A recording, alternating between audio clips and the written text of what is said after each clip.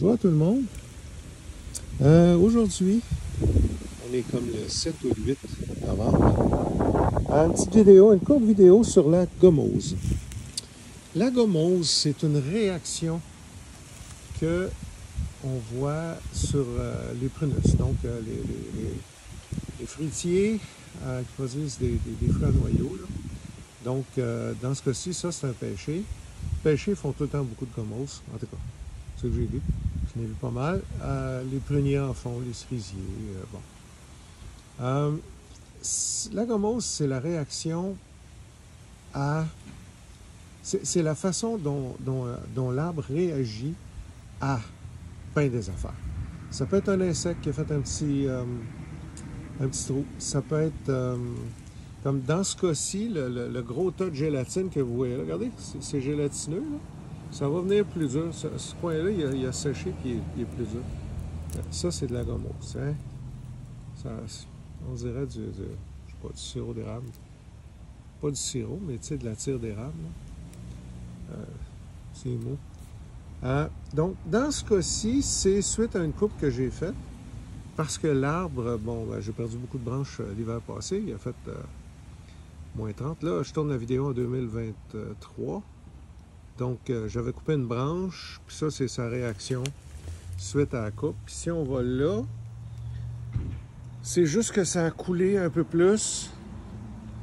Puis on voit là que ici, oh, il y a de l'ombre, c'est mon sel. Attends un petit peu. Ici, on voit que ça durcit. Éventuellement, ça durcit. Et ça a l'air de ça comme ça. Bon, ici, ben, ça peut être un insecte, ça peut être la coupe, suite à la coupe d'une branche. S'il y a eu un impact, mettons, je sais pas, là, un outil, là, puis qu'on a frappé un petit peu ici, ça va faire de la gomose. Le pêcher est particulièrement susceptible d'en faire. Ici, on voit, il fait un petit peu de gomose, juste à cause de l'angle. Puis, on voit que là, ça a eu le temps de sécher. Là. Ouais, ça a eu le temps de sécher. Donc, ça, c'est de la gomose. Voyez-vous, il y a une plaie ici qui est pas trop pire. Il en fait pas. Mais il aurait bien pu en faire. On va remonter.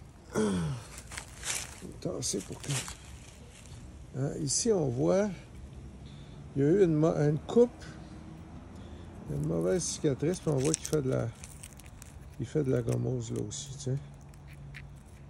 C'est comme une glu. Donc, la gomose, c'est une réaction de l'arbre. Purement simplement.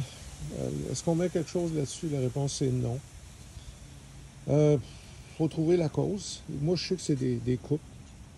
Dès qu'on coupe une branche de plus qu'un an, ça fait une grosse réaction. Entre autres, les pêchers. Il y a des arbres qui supportent mieux la coupe, mais les prunus, donc les pêchers, pruniers, cerisiers, cerises douces, griotiers. Les vieilles branches, quand on coupe ça, ça fait de la gomose. Toutes les branches de plus qu'un an sont susceptibles de faire de la gomose. C'est pour ça que c'est mieux de ne pas trop tailler des vieilles branches de prunus, puis de bien les former quand ils sont jeunes. Mais avec un pêcher, ben, il perd des branches. Tu sais, il a fait moins 30 l'hiver passé, fait qu'il a perdu des branches. Il fallait les couper, puis ben, c'est ça que ça fait. Fait que, de toute façon, je ne m'attends pas à des miracles. Ce pêcher-là va vivre quelques années. Ça va dépendre des températures hivernales minimales, mais je m'attends à ce qu'il dure entre 5 et 10 ans, si je suis chanceux. Puis d'avoir des belles récoltes. Là. Regardez, c'est pas désastreux. Là. Ça, voyez-vous, ça fait 3 bourgeons, un pêcher, à chaque nœud ici. Celui du milieu, c'est des feuilles, puis les deux gros, chaque base, c'est des fleurs.